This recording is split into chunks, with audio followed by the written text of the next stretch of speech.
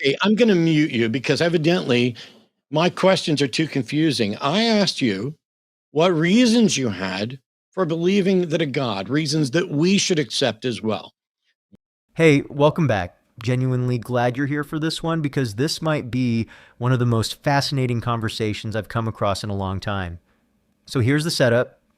A caller named Christian phones in absolutely convinced he has solid intellectual reasons to believe in God. And he's sitting across from Matt, a former lifelong churchgoer turned one of the sharpest atheist debaters in this space. Christian comes in confident, Matt comes in ready, and what unfolds between them is the kind of exchange that makes you stop and actually think about how we form our beliefs and whether we can defend them under real pressure. Do yourself a favor and stay all the way through this one. The moment near the end where everything unravels is genuinely something you will not want to miss. Before we get into it, drop a comment and let me know where in the world you are watching from right now. I always love seeing how far this reaches, and it genuinely means a lot every single time someone takes a second to say hello. All right, let's get into it. I walked down the aisle at the age of 5 and accepted Christ into my heart. Was active in the church till I was 30, and that I'm one of the foremost debaters on the planet who've done thousands of shows and taken thousands of calls and sat down with the top apologists and debaters on the planet, as well as just the average Joe, that I've been exposed to quite a bit. So without messing around about you don't know what's in my head, true, I'm asking you to speculate about what it is, what convinces you that there's a God that should also convince us. There, that's a better way to phrase it. Okay. Yeah, I appreciate that. That is a better clarification.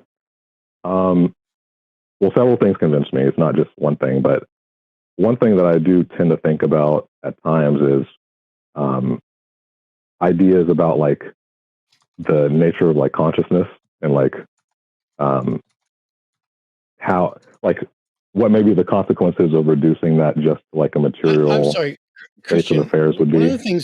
the things is that I'm not looking for ideas about thoughts about like nature of like consciousness. I'm looking for arguments supported by evidence that compel the acceptance that a God exists. Do you want me to like make a syllogism or something, or like I thought I was just going to explain like where I'm coming from. So I'm looking for like, do you want reasons to to like, do you believe. want a deductive argument or something? I'm looking for reasons to believe in a God. When I ask someone, what reason do you have for believing in God? And then you say, well, there are many of them. One of the things is that I like to think about ideas like nature of none of that is an argument. None of that is evidence. None of it is in any way compelling belief. It sounds to me Okay, like so yeah, I get what you mean. I can posit something that I was thinking of, and it is an argument. It's not just I'm thinking about this. But I've been getting into like Dr. Luke Barnes's like fine-tuning, like Bayesian fine-tuning argument. Okay. Have you heard of that? Yeah. Fine-tuning, yep. Okay. Is there a unique version of it's a nice. Well, I appreciate it in the fact that it's a Bayesian argument, so it's not like it's not so much trying to prove something like in the deductive sense, but how I remember it is. There's a problem, though. There's a Christian, it won't matter. Sure. You can't do Bayesian analysis on a universe when you've got one universe. Yeah, you can. Why not? Because you don't have any priors. You don't have anything to compare it to. You can't talk about the likelihood of this universe unless you have other universes as other data points. Bayesian analysis doesn't work for things with a single instance occurrence. Bayesian analysis is great for determining which medications are working at which rate, because you're going to have multiple data points and multiple priors, and a way to determine what a statistical likely probability is. But in a Bayesian analysis of the universe, we have exactly one. We have nothing to compare it to. We don't know how likely it is or isn't. And so you can't say, ooh, if we adjust these things here, because you can tweak those dials in any way, which is why I've debated Bayesians like Junta, who tried to make a Bayesian analysis for the existence of God.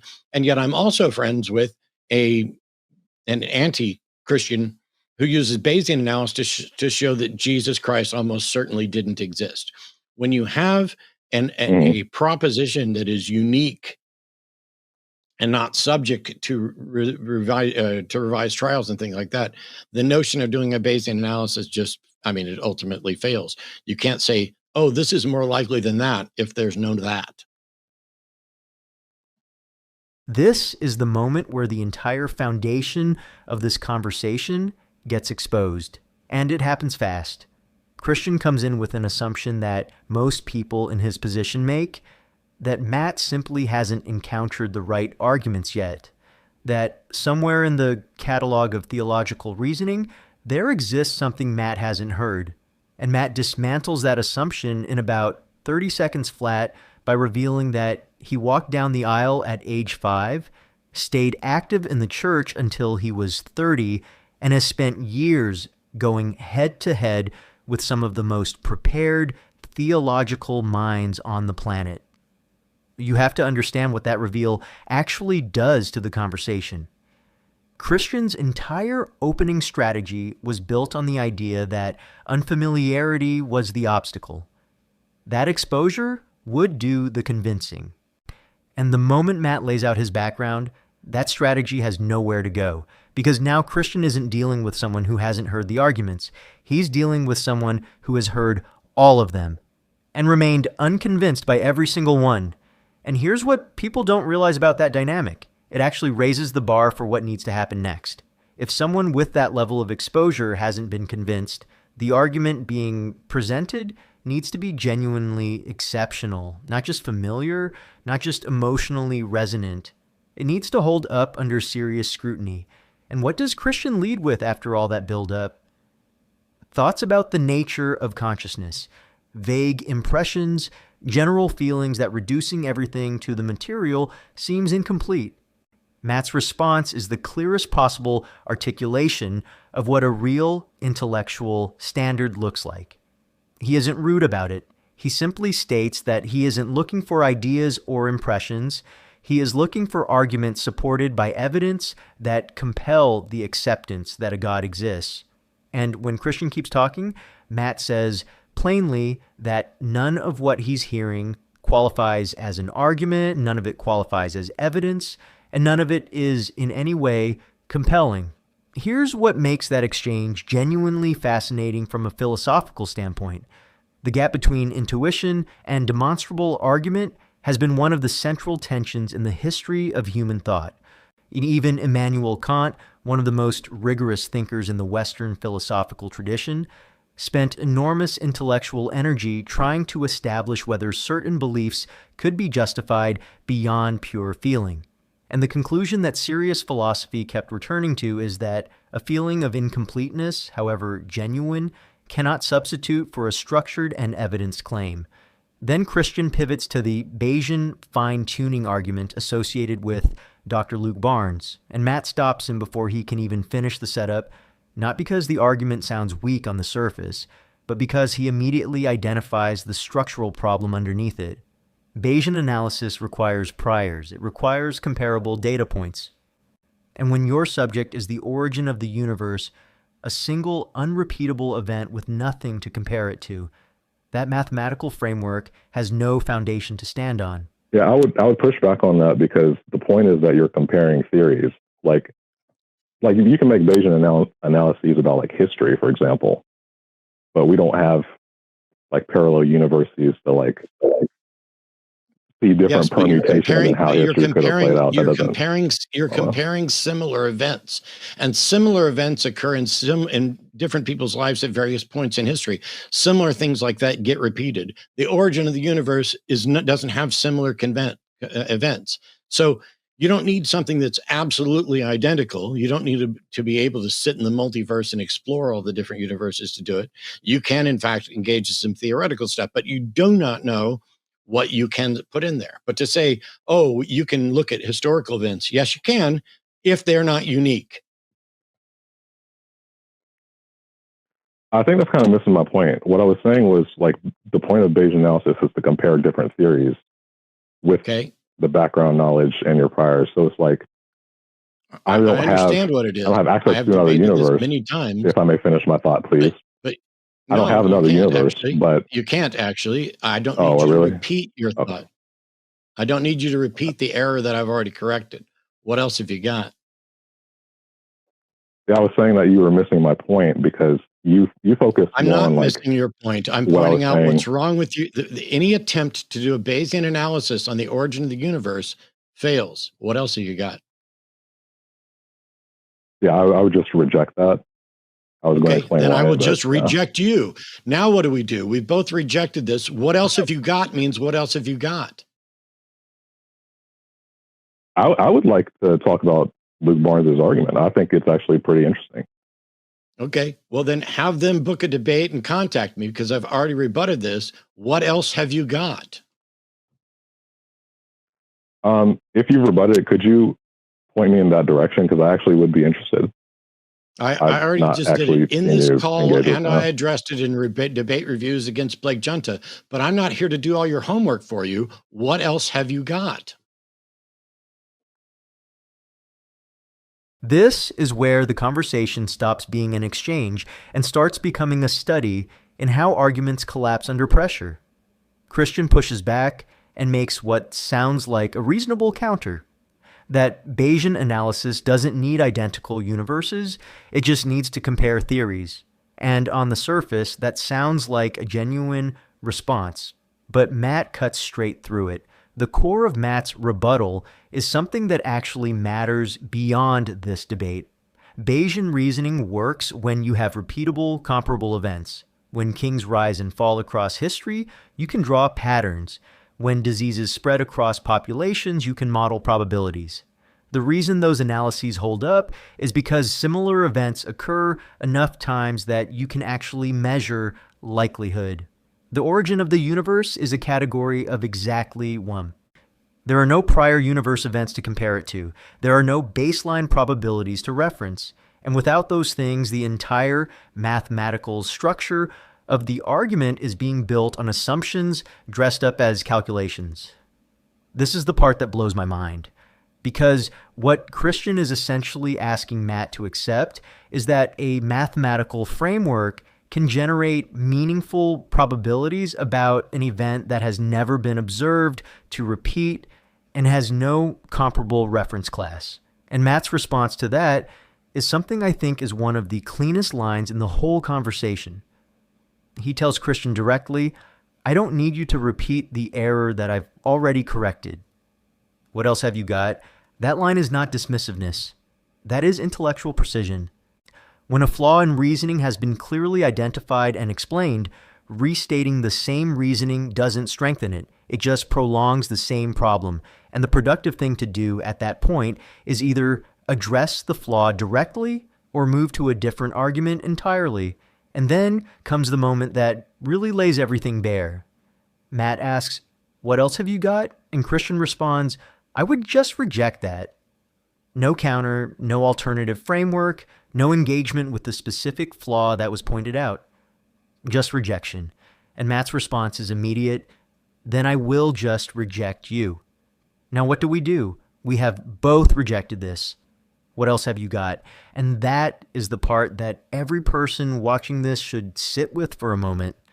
Because when your response to a pointed critique of your reasoning is simply to reject the critique without addressing it, you have moved out of the territory of argument and into the territory of assertion. You are no longer defending a position with logic. You are defending a conclusion you already hold. Christian even tries to redirect back to Dr. Luke Barnes specifically. The same argument Matt has already addressed in this call and in prior documented debates. And Matt tells him plainly, have them book a debate. I am not here to do all your homework for you. Is there something specific that you're asking for? Oh my God, like, Christian. When you say what else have you got? What fucking reason do you have to believe other than the one you've fucking given? Why is this so fucking difficult? God bless you. Yeah. I'm just confused at your question. That's all. Okay, I'm going to mute you because evidently my questions are too confusing. I asked you what reasons you had for believing that a God, reasons that we should accept as well. You presented as one of many a Bayesian analysis, and I pointed out why that would not be acceptable to me. And I asked, what else have you got? So I'm asking you, Christian, what other reason do you have for believing in a God that you think we should accept? You don't need to poll me for a list of anything else that might get rebutted or shut down, because I've already told you I found none of them compelling or convincing or useful. But when I ask, what else have you got? If you don't have anything else, you should just say that. But if you're going to do this little tap dance of trying to quiz me, that's going to fail. So what else have you got? What other reason have you got that you think should convince us that a God exists? Am I muted? No. Did I just ask you a fucking question? You don't have to ask if you're unmuted. Well, I just don't know. I don't want to speak to the void. You know, you know what I mean? I don't want to like talk and you can't hear me. So it's like, I just want to make sure. Okay. You can't hear me though, apparently. Yes. Thank you. I'm going to try to work with what I've got because that is a very open-ended question, but it's tough, admittedly, because I think that Dr. Luke Barnes' argument is fine, and I was going to explain why I disagree with you. Goodbye, Christian. What happens in this final stretch is not just the end of a phone call. It is the complete picture of what happens when someone walks into a high-stakes intellectual conversation without a layered position. Matt has asked the same question with complete consistency throughout this entire exchange. What reason do you have for believing in a God that should also convince us? That is a specific and answerable question. It does not require a philosophy degree. It does not require technical expertise. It simply requires that the person asking for belief to be accepted can articulate why that belief is warranted. And Christian, after coming in with the confidence of someone who said several things convinced me, and it is not just one thing, cannot produce a second argument after the first one falls apart. This is the part that I think genuinely matters beyond the debate itself, because what Christian demonstrated here is something that applies to how all of us reason, regardless of what we believe. When the intellectual scaffolding around a position starts coming down and the response is to stall, redirect, and ask clarifying questions about questions that were already clear, that tells you the position was never built on a foundation that could survive pressure. It was built on certainty, and certainty without structure looks confident right up until the moment it gets tested. When Matt says he is going to mute Christian because evidently his questions are too confusing, that moment lands so hard precisely because Matt had been patient. He had walked through the Bayesian problem in detail. He had given Christian multiple opportunities to pivot to something stronger. He had asked the same clear question repeatedly without changing the standard. And Christian responded to all of that by asking if he was unmuted, saying the question was open-ended, and eventually circling back to the same argument that had already been addressed. And the closing line, "Goodbye, Christian, it is clear that you have nothing else," is not a personal attack. It is an accurate observation. Not cruel, not mocking, just accurate. And in a conversation about what counts as a sufficient reason to accept a claim, accuracy delivered without embellishment is the strongest possible closing position. The real takeaway here is something that goes beyond who won or lost this particular exchange.